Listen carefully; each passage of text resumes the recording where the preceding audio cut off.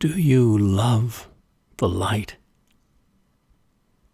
that gilds the late day lines, carrying conversations along the road between the poles, east to west, north to south, that underscores the undersides of gulls, wings outspread as they sail between the waves and wide ocean clouds, that bathes the upturned faces of shingled summer and gabled autumn houses, grateful for another rising morning. The lovely, love-worthy light.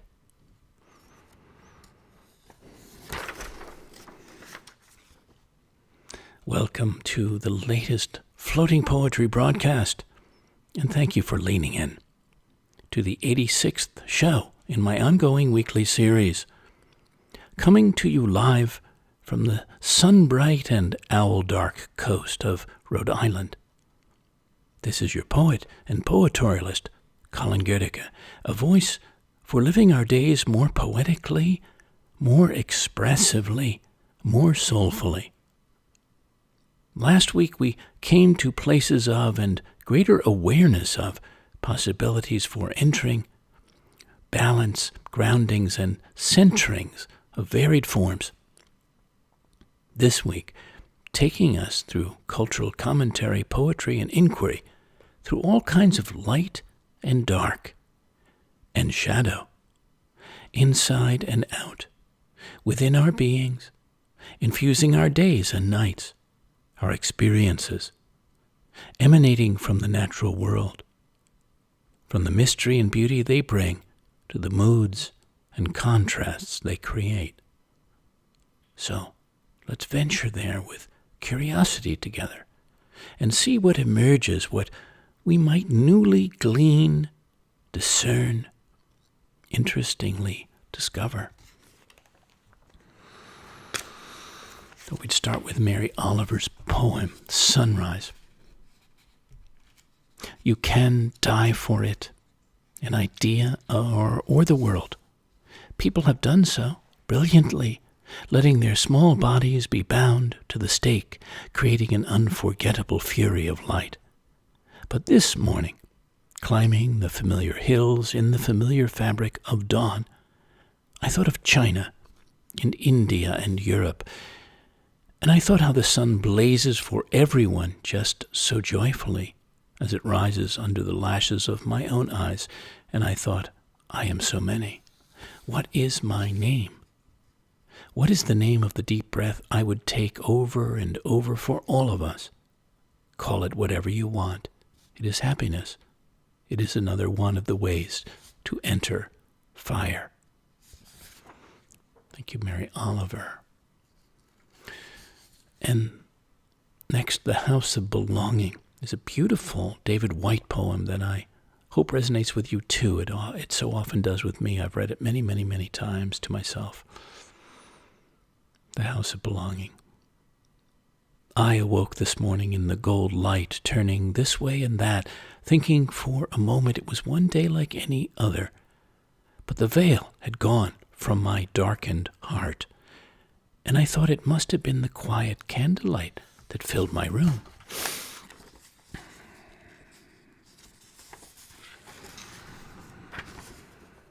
It must have been the first easy rhythm with which I breathed myself to sleep. It must have been the prayer I said, speaking to the otherness of the night. And I thought, this is the good day you could meet your love. This is the black day someone close to you could die. This is the day you realize how easily the thread is broken between this world and the next. And I found myself sitting up in the quiet pathway of light, the tawny, close-grained cedar burning round me like fire, and all the angels of this housely heaven ascending through the first roof of light the sun has made. This is the bright home in which I live. This is where I ask my friends to come. This is where I want to love all the things it has taken me so long to learn to love. This is the temple of my adult aloneness, And I belong to that aloneness as I belong to my life. There is no house like the house of belonging. Thank you, David White, for that. From symbolism and metaphor, the meanings of light as symbols. Some ones you would definitely know or might surmise. Here are several of the others. Light as a symbol of life. It's commonly a symbol of life both on earth and in the afterlife. People who have had near-death experiences will recount how they had the option to go, quote, toward the light. Whatever someone's spiritual or religious beliefs, there tends to be a unified understanding that light is the key source and provider of life, or a key source of celebration. In many cultures, light is a symbol of celebration, and there are festivals worldwide that are known as, quote, festivals of light. All of these have the underlying meaning of hope, strength, and togetherness. Well, let's have a lot more of those, around the world. I'd vote for that. Encourage that. Of wisdom and knowledge, a symbol. It's often associated with wisdom and the accumulation of knowledge. Phrases like enlighten, seeing the light, and shining a light on the subject. Of hope and promise, which stems from its relationship with darkness, which cannot dispel light. However, the faintest glimpse of a light source can illuminate even the most pitch-black areas. And truth. There's a quote by James Russell Lowell that light is the truth. In Plato's allegory of the cave, light reveals shadows on the wall and is ultimately a symbol of truth. The light outside of the tunnel from the sun revealed the rest of the world and also its truths. And these two more this is from Pen and the Pad, about light in literature. Light is love. In classical literature, light is often synonymous with love, especially the overwhelming power of the physical emotion. As light can blind, so can love. Perhaps the most notable example of this use is evident in Shakespeare's Romeo and Juliet, which relies heavily on the symbol of light to describe the emotional state of the young lovers. In the famous balcony scene of Act II, Romeo first sees Juliet as the sun itself, as the ultimate source of life. Quote, "But soft, what light through yonder window breaks? It is the east, and Juliet is the sun." And in modern times, light and dark symbolism still thrives. Contemporary literature, one of the greatest employers of this dichotomy is the American author Cormac Mccarthy. At the end of his novel, All the Pretty Horses, the young hero, John Grady Cole, rides his horse through the barren landscape until their tandem shadows, quote, passed and paled into the darkening land, the world to come. As in many of his stories set along the U.S.-Mexico border, McCarthy describes the past as a lighted world fading into a cold, dark future. Well, okay. You've heard of torch singers, mainly women, who sang torch songs in sultry, sensuous ways. Well, I feel, I may confess to you, that I am a torch writer, a torch storyteller, insofar as I can infuse my heart and soul fire into my poetic expressions and offerings. And back in August of 2012, when I was in the Aegean and the Cyclades on this island of Gogh, this ancient island, I wrote this poem. It came to me. They speak to me, they come, they rise up as they do. O Pyrsos mu, my torch. My torch, O Pyrsos mu, is the pen that illuminates the page, the hand that guides each arriving word, the opened eyes that show me the world as it was, as it is, and now becomes. The eyes that light the life passages I wander and wonder through, that reveal the beauty and majesty of free, old, and fellow souls. It's the flame of my heart that dispels the darkness, that burns with innocence.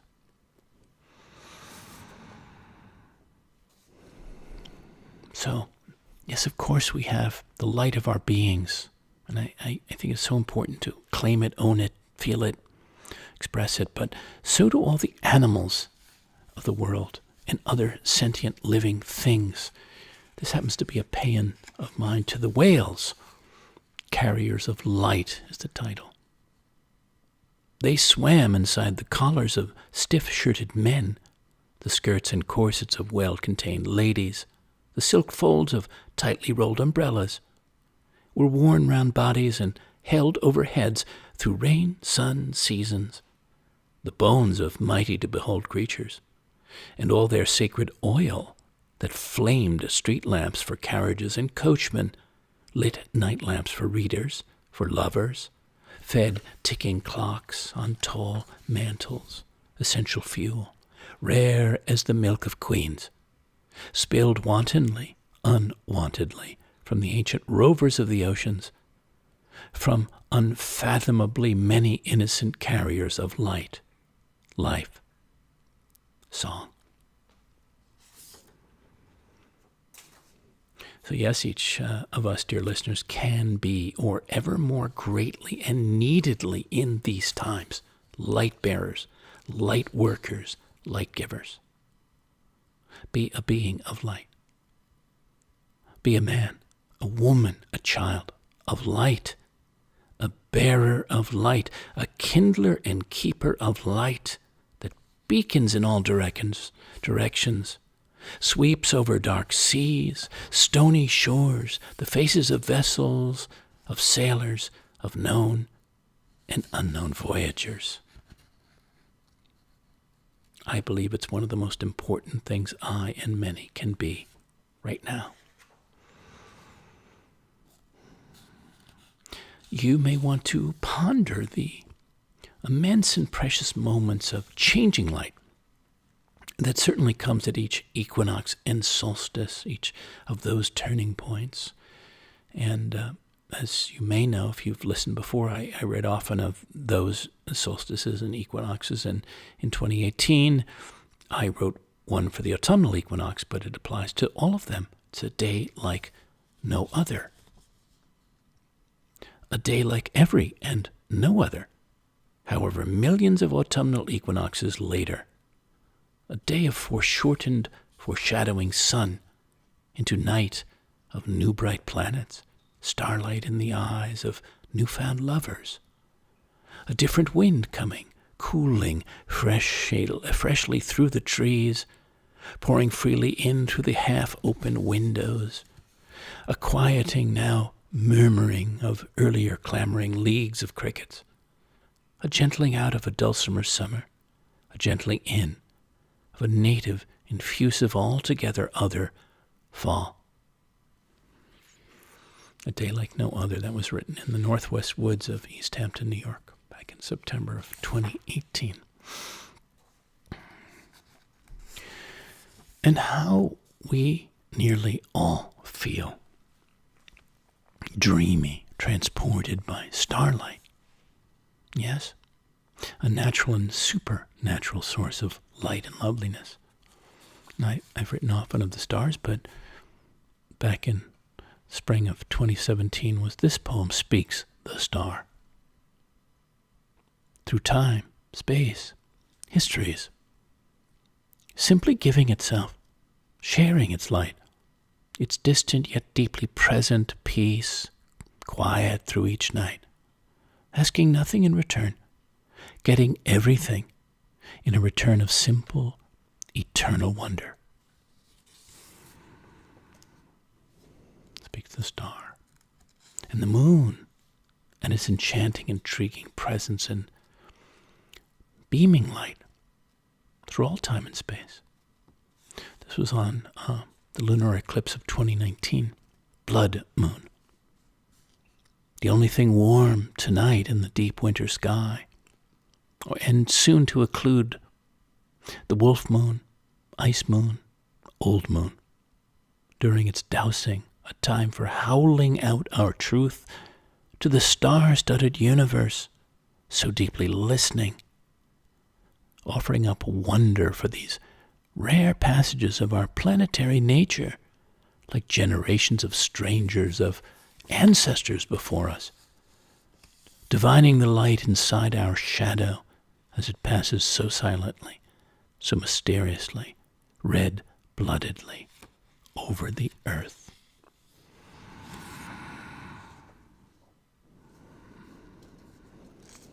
Bathing for the Autumn Moon is a newer poem from this October, actually, that you may want to try yourself sometime, bathing. Bathing first in the deep, bone-hot water of the Japanese soaking tub. Still sun-brown limbs floating, hands floating like open flowers in the round white cistern filled to the chin. Then stepping out into the breathing night air to bathe in the cool light of the autumn moon and the showers of meteors raining down in silver drops from Orion's near brightest star. It's from here, right here in Shelter Harbor where I'm sitting, Rhode Island. Walt Whitman, on the beach alone at night. On the beach at night alone, as the old mother sways her to and fro, singing her husky song. As I watch the bright stars shining, I think a thought of the clef of the universe and of the future. A vast similitude interlocks all spheres, grown, ungrown, small, large, suns, moons, planets, all distances of place, however wide, all distances of time, all inanimate forms, all souls, all living bodies, though they be ever so different or in different worlds, all gaseous, watery, vegetable, mineral processes, the fishes, the brutes, all nations, colors, barbarisms, civilizations, languages, all identities that have existed or may exist on this globe or any globe, all lives and deaths, all of the past, present, future.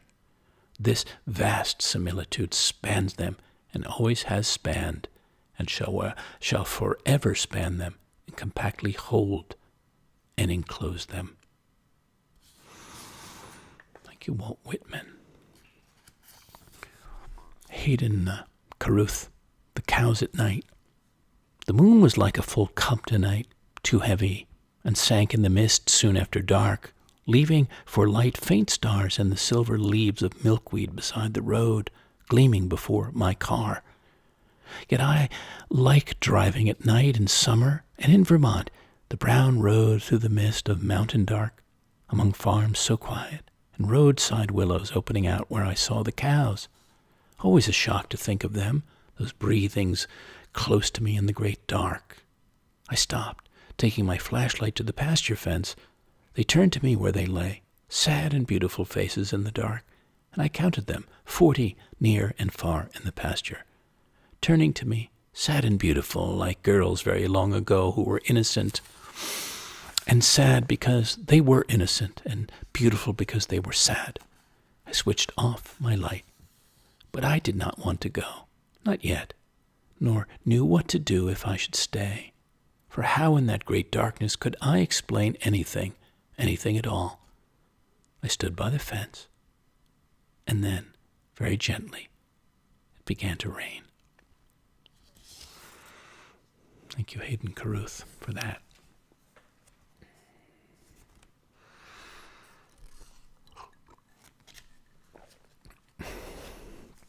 From the Marginalian, I came across Aldous Huxley's Music at Night and other essays on how the moon illuminates the complementarity of spirituality and science. I was intrigued by that. Thought you would be too. He turns to one of humanity's oldest companions, the moon, at once an ancient source of myth and legend by which science ejected humanity from the center of the universe. Once astronomers pointed their telescopes at our nightly companion and observed its motions. So he wrote, "Outside my window the night is struggling to wake.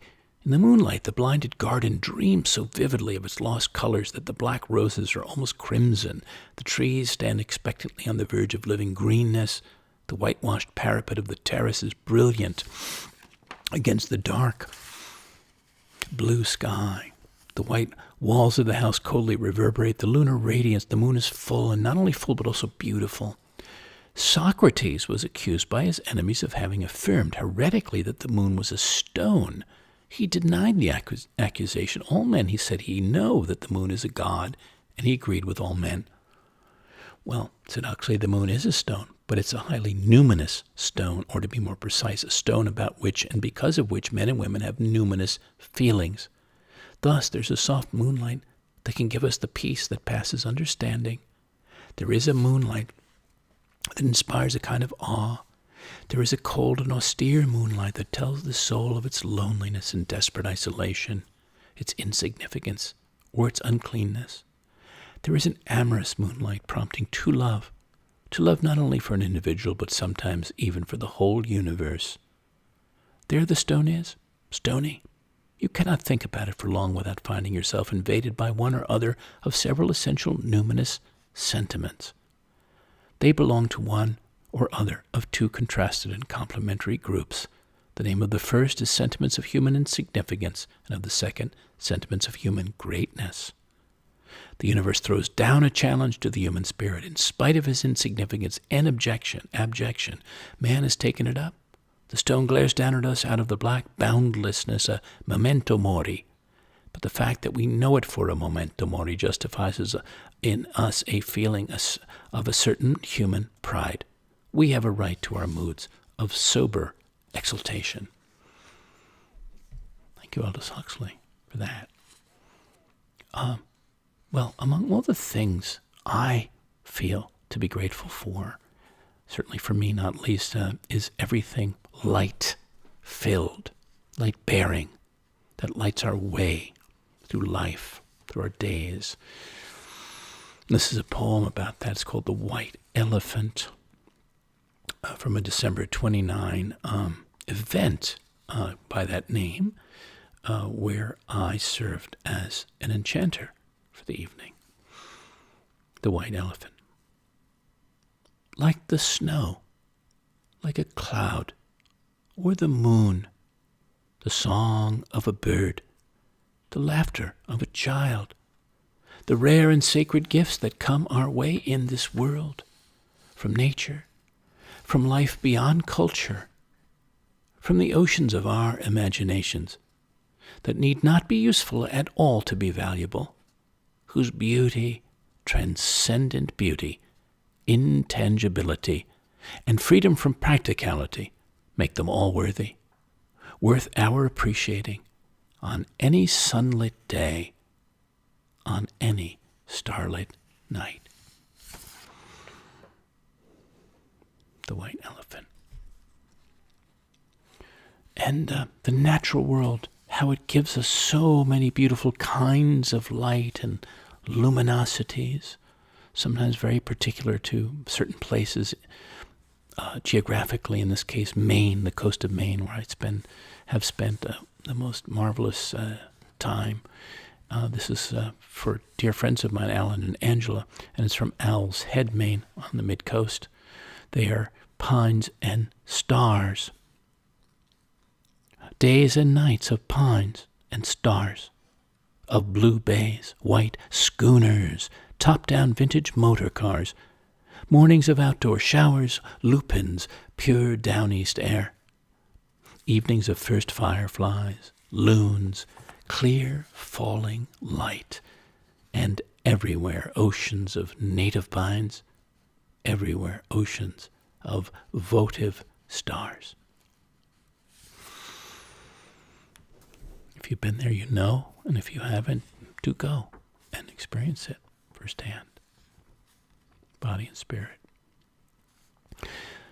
The White Hills of La Cloche came during my time on the Great Northern Shield of Canada and the Killarney in Northern Ontario back in 2012.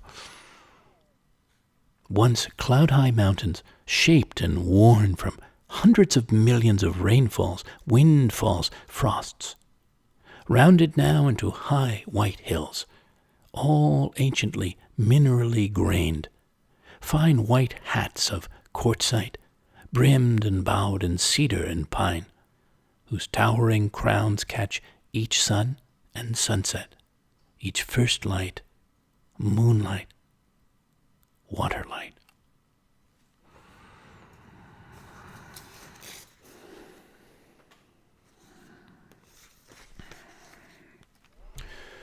I've come at times to share with you poems of Kenneth Rexroth, who was incredibly prolific and very diverse in his way of writing, different phases. And I'd like to share just the third part of one of his poems, which is toward an organic philosophy. And this particular part here is Spring, Sierra Nevada. Once more golden Scorpio glows over the col above Dead Man Canyon, orderly and brilliant, like an inspiration in the brain of Archimedes. I have seen its light over the warm sea, over the coconut beaches, phosphorescent and pulsing, and the living light in the water shivering away from the swimming hand, creeping against the lips, filling the floating hair. Here, where the glaciers have been and the snow stays late, the stone is clean as light, the light steady as stone. The relationship of stone, ice, and stars is systematic and enduring. Novelty emerges after centuries. A rock spalls from the cliffs. The glacier contracts and turns grayer. The stream cuts new sinuosities in the meadow. The sun moves through space and the earth with it. The stars change places. The snow has lasted longer this year than anyone can remember. The lowest meadow is a lake. The next two are snowfields. The pass is covered with snow. Only the steepest rocks are bare. Between the pass and the last meadow, the snowfield gapes for 100 feet in a narrow blue chasm through which a waterfall drops, spangled with sunset at the top, black and muscular where it disappears again in the snow. The world is filled with hidden running water that pounds in the ears like ether. The granite needles rise from the snow, pale as steel. Above the copper mine, the cliff is blood red. The white snow breaks at the edge of it. The sky comes close to my eyes like the blue eyes of someone kissed in sleep. I descend to camp, to the young, sticky, wrinkled aspen leaves, to the first violets and wild cyclamen, and cook supper in the blue twilight. All night deer pass over the snow on sharp hooves. In the darkness their cold muzzles find the new grass at the edge of the snow. Beautiful. Thank you, Kenneth Rexroth, for that. Look as you may have at how incredibly painters through time have worked with light, have created so luminously, remarkably, and indelibly. This is one of other poems of mine celebrating some of them that have moved me so deeply, have filled me with their art, with their souls, with their light, the quality of their light. This was written back on Central Park, New York City, during one summer, July 2016. Painting with light. Painting with brushes and washes, gouaches of John Marin's sea light, Monet Giverny light, Matisse, Odalisque, and Gauguin Te Aa no Ariois light, with Rembrandt face light, Vermeer northern window light, with Constable cloud light, Winslow Homer Maine Bermuda sun wind and water-colored light.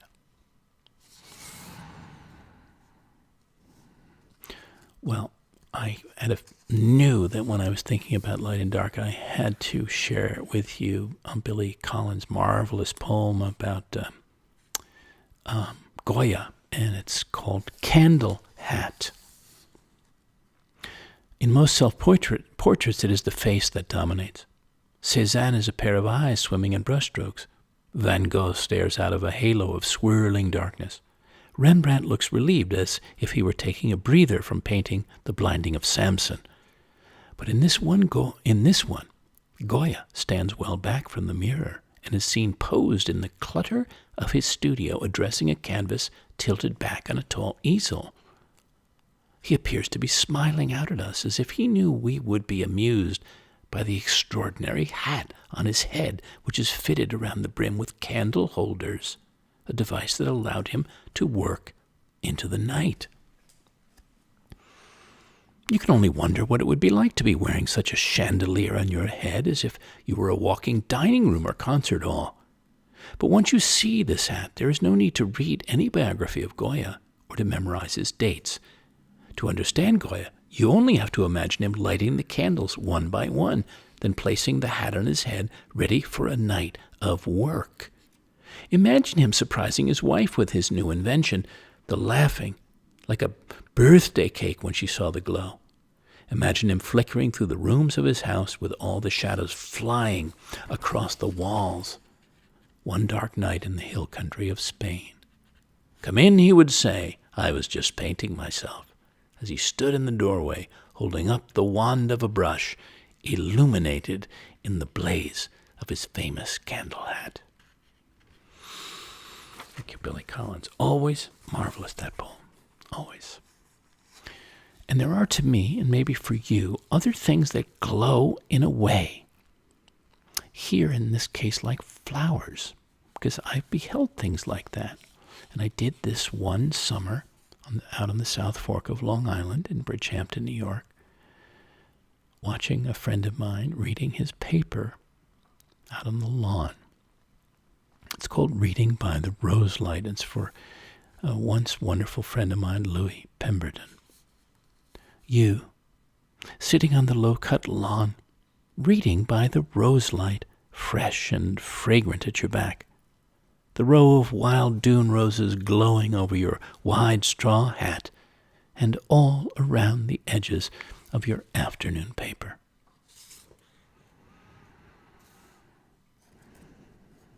And what about the comfort of light, especially lamplight and candlelight, that so particular glow and atmosphere? Well, here's a piece of mine about that from East Pond Road, Noblesboro, Maine, one autumn, for my friends Richard and Deborah Lauren Lang, who I was with and staying in their guest room, and had this experience of lamplight, which is the title, Lamplight.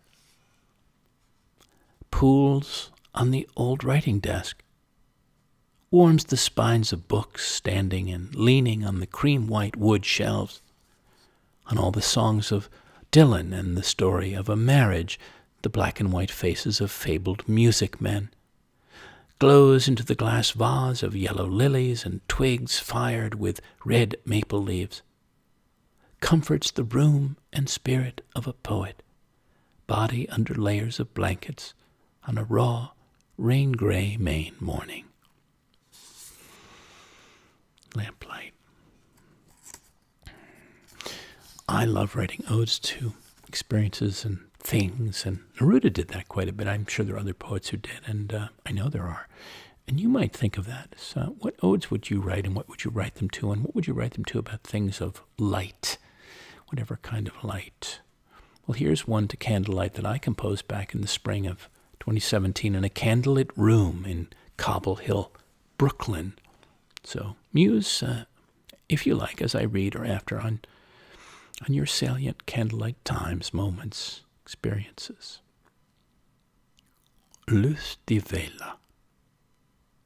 You who bring such comfort to the darkness, spires of meditation to the stillness, who tenders light with simple gracefulness, you who dances on tables and faces, bedclothes and bath waters, who enchants the mind's eye to flicker back through rooms and nights, dinners and gardens, romances, remembrances of other moving, candlelit moments, and glows on faithfully thousands of years and stories and many a poet's heart-soft reveries later.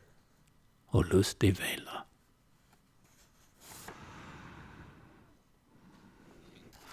You know, we read Billy Collins' The Candle Hat, but I also love this one apropos of our theme. It's called Print. In the dining room, there is a brown fish hanging on the wall who swims along in his frame while we are eating dinner.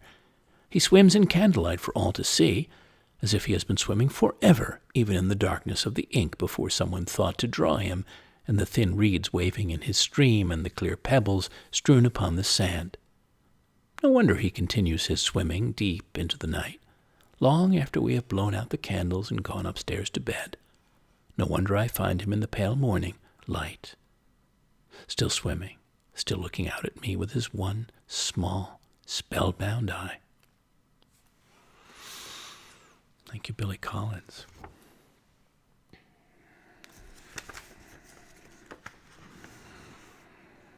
I was thinking, too, of city dwellers as I was once one, especially late at night, the things you observe, have seen, or can see around you, sometimes in neighboring buildings through unshaded windows, the reveals. And this was an experience, one of many of mine, in Manhattan one October night, years back. It's called New York by Nightlight.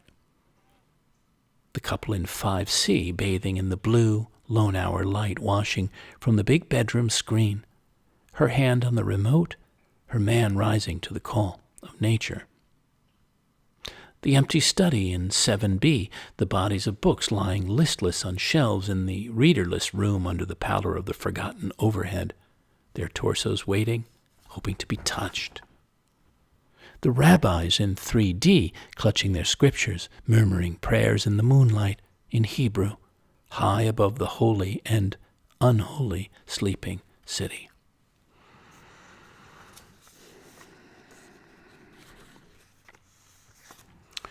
And sort of on an urban note, I came across this poet I didn't know, Cole Swenson. I loved this poem, and I'd love to share it with you. It's called The Invention of Streetlights by Cole Swenson.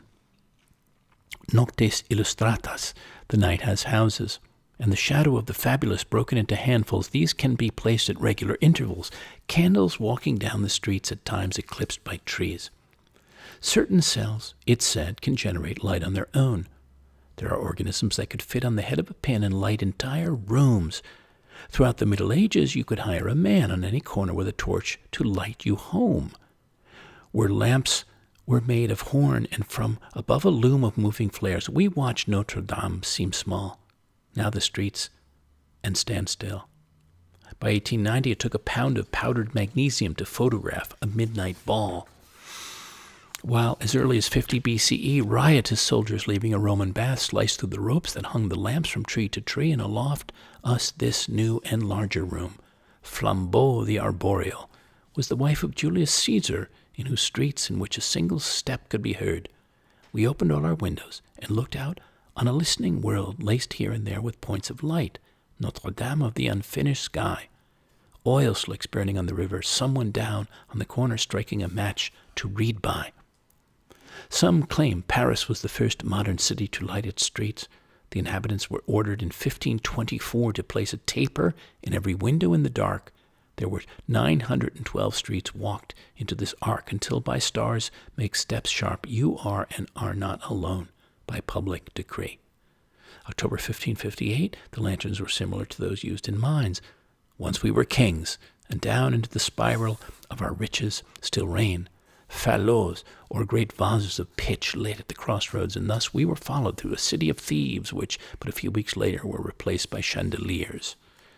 While others claim all London was alight by 1414, there it was worded, out of every window come a wrist with a lantern.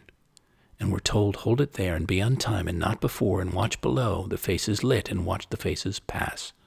And turn back in, the face goes on, and watch the lights go out. Here the numbers are instructive. In the early 18th century, London hung some 15,000 lamps.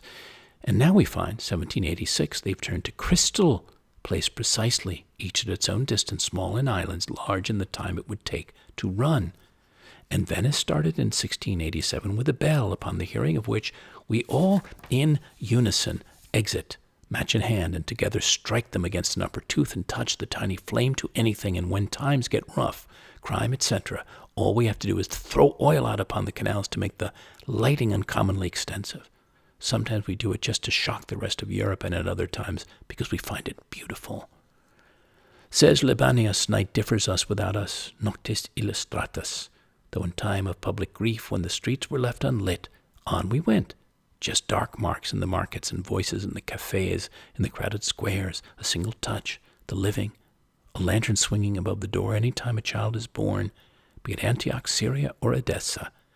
And then there were the festivals, the festum enceniorum, and others in which they call idolatrous. These torches, half a city wide, be your houses. Thank you, Cole Swenson.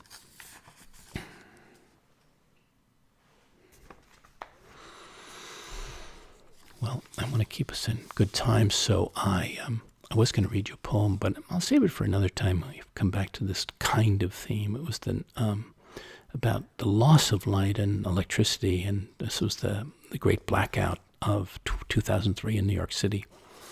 We'll come back to that because I want to talk more for a moment about inner light and inner glow that can happen and fill our beings when we are full of marvelous feelings, not least of love and loving. And here are a few, and this particular first one came about sitting high above the Aegean in Eulisse on the island of Gogh, the Cyclades. Lambo, I shine by the so blue sea. I shine with mouthfuls of cold wine. I shine with salt-scented wind on my outstretched body. I shine when I close my eyes and feel your hand in mine, feel all your love flowing inside. On a day like this, I can only shine. So, we talked about the symbolism, the light of love, and so many poets and others have written about it, like Tagore. Here's his poem, Light. Light, my light, the world-filling light, the eye-kissing light, heart-sweetening light. Ah, the light dances, my darling, at the center of my life. The light strikes, my darling, the chords of my love.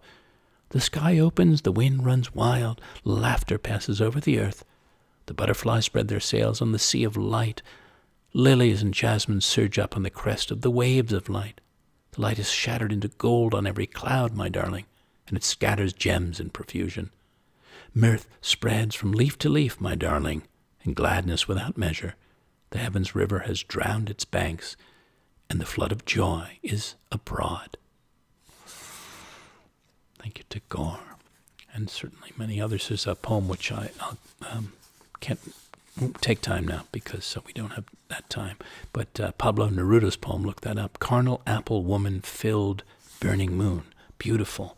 And Dylan Thomas's poem, Light breaks where no sun shines. Here's Amy Lowell, a lover. If I could catch the green lantern of the firefly, I could see to write you a letter. And remember, dear listeners, as we go, that your soul can glow. That's this poem. Your soul can glow. Your soul can glow like an ember. Your heart can flow like a river.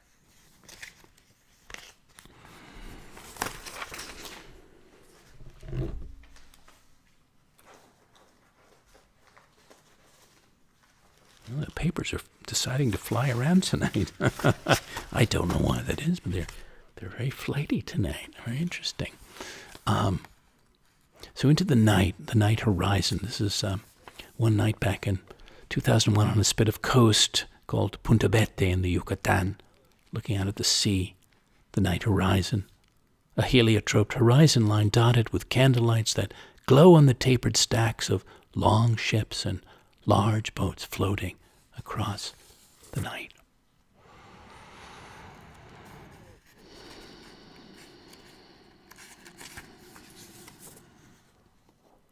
Henry Beston, the naturalist nature writer, wrote a lot about how the beauty of night nourishes the human spirit. His book, The Outermost House, A Year of Life on the Great Beach of Cape Cod. Love that book. Have that, read it often, reread it. He said our fantastic civilization has fallen out of touch with many aspects of nature, and with none more completely than night. Primitive folk gathered at a cave mouth round a fire do not fear night. They fear, rather, the energies and creatures to whom night gives power. We of the age of the machines, having delivered ourselves of nocturnal enemies, now have a dislike of night itself. With lights and more lights, we drive the holiness and beauty of night back to the forests and the sea. And by the way, he wrote this, I believe, either in the late 40s or early 50s. So here we are. Wow. Night is very beautiful on this great beach. It is the true other half of the day's tremendous wheel. No lights without meaning stab or trouble it. It is beauty. It is fulfillment. It is rest. Thin clouds float in these heavens, islands of obscurity in a splendor of space and stars. The Milky Way bridges earth and ocean. Beautiful. Yeah. Well, I know how that is, as some of you may from my own nights on the beaches here, under moon, under stars, under clouds, and sometimes under just deep darkness of all kinds. So shadow, I mentioned that at the outset, in that between place of a kind, that double place of light and less light, of chiaroscuro. And how do you experience that? How do you sense into that? Before there's light, this was a poem from La Habra, California, that he wrote back in 1 February, a few years back. Before there's light, there's only shadow. Intangible forms, shapes and silhouettes, lines and outlines, only traces, intimations, suspensions of things, an intriguing there but not all there-ness, until the light of day fills in the picture, fills out the substance, dispels the night shade, the noir, the elusive and illusory, pauses the shadow plays for another day. Which brought me to a book from Japan in praise of shadows, about those ancient Japanese aesthetics. I thought this was extremely interesting to share with you. In there, we find beauty not in the thing itself, but in the patterns of shadows, the light and the darkness that one thing against another creates. Were it not for shadows, there would be no beauty. The quality that we call beauty must always grow from the realities of life, and our ancestors, forced to live in dark rooms, presently came to discover beauty in shadows, ultimately to guide shadows toward beauty's end. Very interesting book. Also, the author of The Little Prince, Antoine de Saint-Exupéry, on night as an existential clarifying force for the deepest truths of the heart. And he said, night, when words fade and things come alive, when the destructive analysis of day is done, and all that is truly important becomes whole and sound again, when man reassembles his fragmentary self and grows with the calm of the trees. For night, when my thoughts would be of civilizations, of the destiny of man, of the savor of friendship in my native land. For night, so that I may yearn to serve some overwhelming purpose which at this moment I cannot define. For night, so that I may advance a step toward fixing it in my unmanageable language. I long for night as the poet might do, the true poet who feels himself inhabited by things obscure but powerful, and who strives to erect images like ramparts around the thing in order to capture it in the snare of images. Thank you, Antoine de Saint-Exupéry. Merci bien, monsieur. Okay. I did want to just reference the Jungian shadow and the shadow work. I think it's important for all of us, whether Jungian or not, to do. And Scott Jeffrey had this piece from CEO Sage, a guide to the shadow and how to get to know and integrate your dark side. So vital psychological territory, because it's always standing right behind us, he said, just out of view. It's a psychological term for everything we can't see in ourselves. So exploring your shadow can lead to greater authenticity, creativity, energy, and personal awakening. This introspective process is essential for reaching mature adulthood, that dark side of our personality that consists chiefly of primitive negative human emotions and impulses like rage, envy, greed, selfishness, desire, and the striving for power. All we deny in ourselves, whatever we perceive as inferior, evil, or unacceptable, become part of the shadow. And Jung said of this, how can I be substantial if I do not cast a shadow? I must have a dark side also, if I am to be whole. I also point you to, if you haven't read it, Heart of Darkness by Joseph Conrad, which was published in 1899, which is his experiences in Africa. And it's about the story of a man who gives into the enticements of power. Very illuminating book. And along these lines, I thought of Dark Nights of the Soul.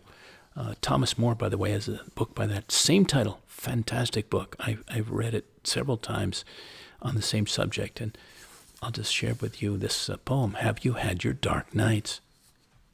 Of the soul, cave dark, bat dark nights, times and places of raw and nameless, sometimes name-plated fear, sheer cliff-faced anxiety, fear of falling into an abyss, into a maw, swallowed whole into the belly of a fierce unknown beast, And despite each starless passage, each imagined stroke of fate, miscarriage of your fortunes, somehow, however barely, unforeseeably, making it through, to the light and the heart of day, limbs intact, onto solid ground, to the forgotten safety of faith in self, and the never-vanished bounty shining away inside and all around you.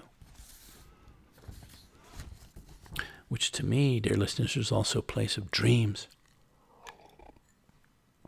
And what happens when the dark of the night gives way to the light, the illuminations of our dreams? Here's a poem from California, Behind the Electric Bed. You turn it on by unplugging yourself, by going dark into sleep, by connecting to the grid of your dreaming world, where everything is electric, is wildly charged, flows with fast and slow current, with high and low voltage, positives and negatives, generates heat and light of curious and compelling kinds, conducts your subconscious through flashing scenes, encounters, mysteries, marvels, activates deep and secret circuits of intuition, precognition, sends signals, powerful signals through the wires to your waking life. I thought of paintings, night deep paintings came into my mind. The Starry Night by Vincent van Gogh, which you may know well, depicting his memory of the view outside his sanatorium room window at Saint-Rémy-de-Provence. He was not very happy with that painting, but it's one of his most, it's widely hailed as his magnum opus painting. Edward Hopper's Nighthawks, that is so much incredible treatment of light. And he had a lifelong interest in capturing the effect of light on the objects it touched, including the nighttime effect of artificial man-made light spilling out of windows, doorways, and porches. It's probably his most ambitious essay in capturing the nighttime effects of man-made light. So if you don't know that painting or haven't seen it in a while, go back to that. There's an awful lot going on, and you could read about it. Yeah. I was thinking about all the different kinds of light, that natural light, like a storm light, and lightning, flashing lightning, and how exciting that can be, and how memorable that can be. And back in the Tuscan countryside one autumn, this experience, and I woke up and wrote this down as it was going on. It's called Lampo, lightning.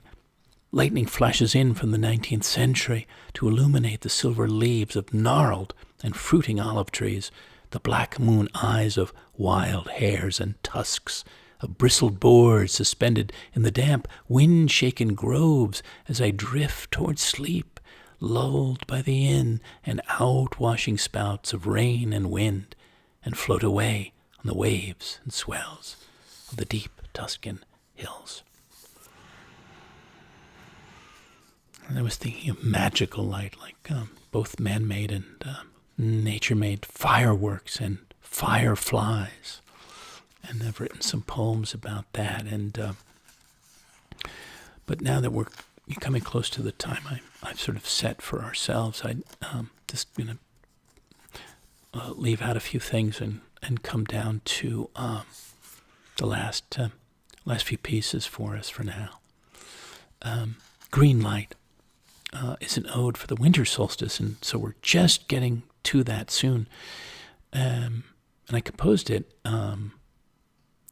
last year, but I haven't written one yet for the coming one because I write them on the day of each of those things, if I do.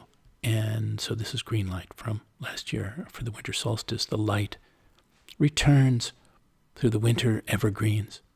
Sun climbs again toward summer, does not disappear forever, nor all the other leaves, neither kingly oaks nor goddess birches, fallen but for a season. Sacred and hearty hues remind us of the life in the world before now and after. The length of an age, may ours be long. Holly invites us to wear its sprigs in our hair, its cheering berries in our hearts.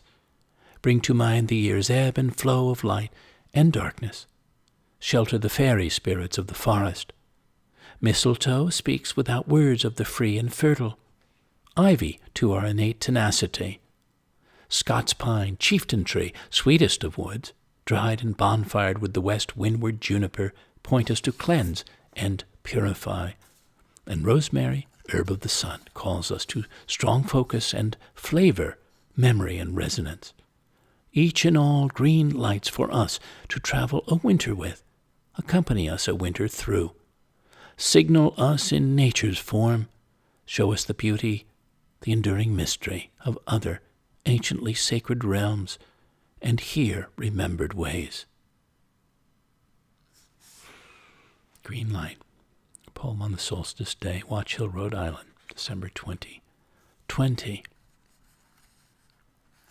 Winslow Homer, he was a master renderer of light, especially with his watercolors, and I spoke of him earlier in the painting with light poem, but this was such a light-filled moment and gift. I'm going to share this one as we wind out. Winslow H. Winslow would have captured it all. The last sun soaking the bristled chest and tufted brows of evergreen, the pure white wash of light on the starboard side of the anchored lobster boats, the mauve and violet shadows on the shingled surface, all the watercolors of this ultramarine world refracted in the strokes of his sable brush. Let's embrace and appreciate how each season gives us different beautiful qualities of light and dark, meaningful feelings around those qualities, those experiences, like pure winter light, as we come into it shortly here in New England, in the heart of winter, cold, clear, silent, still. Coldness, clearness, silence, stillness. Stars, moon, sun, fire. Starlight, moonlight, sunlight, firelight. A quote from James Baldwin on keeping the light alive. The sea rises, he said. The light falls, fails. Lovers cling to each other, and children cling to us the moment we cease to hold each other. The moment we break faith with one another, the sea engulfs us and the light goes out. So Last for Now is a lead poem I composed from one of my multi-sensory poetry on the plate dining experiences. Apropos here, I felt, because it speaks to the sun within each of us, its warmth, its radiance, its essence. It's called Your Sun Also Rises. It rises each day you open your eyes, each day you open your heart, every time you enter the great and small moments of your world with a sense of wonder, a taste for adventure, the way Hemingway made his way, boldly, earnestly, one of a kindly, through the wilds of his. Its peaks and valleys, streams and plains, well-weathered woods, its sometimes dark and starless, sometimes star and moon-bright nights. Every place around a table, a crackling or embering fire, a circle of friends, or simply alone with your thoughts, your own words, silent and still anywhere. And you feel the bounty of the earth, breathe in its beauty, and feast on your life. It rises. Thank you again for leaning in, floating, and feeling in today. If you have questions or comments or kudos, send me a note. My email is colin@thepoetorialist.com. If you'd like to express your thanks with a donation, that'd be greatly welcome and truly helpful. You can contribute easily by PayPal or Venmo, or directly through my site, thepoetorialist.com, or by mail to me at P.O. Box 1032, Westerly, Rhode Island 02891. If you'd be interested in hosting me for a given time on a given property as a working poet in residence to bring forth a new flight of poetic art and dedicate it to you, please reach out and we'll explore the opportunities. I also seek fellow artists to collaborate with on projects musical to theatrical, including working with composers on scoring selected poems of mine and poetically narrating productions for others. Meanwhile, you can hear all my broadcasts online, on YouTube, the Floating Poetry Playlist, and in due course, all past and new shows on Spotify, Google, Anchor.fm, and elsewhere. I hope you'll lean in again next week, or soon again. Until then, dear listeners, here's to appreciating the wonders, explorations, and revelations of the light and the dark, to contemplating their qualities inside yourselves, to engaging them as they play and interplay all around you. May you sense their subtle and salient energies and dimensions more fully, more richly, and keep the light, the great flame of your being, of your heart, your soul, your essence, shining and burning. Goodbye for now, and good spirits.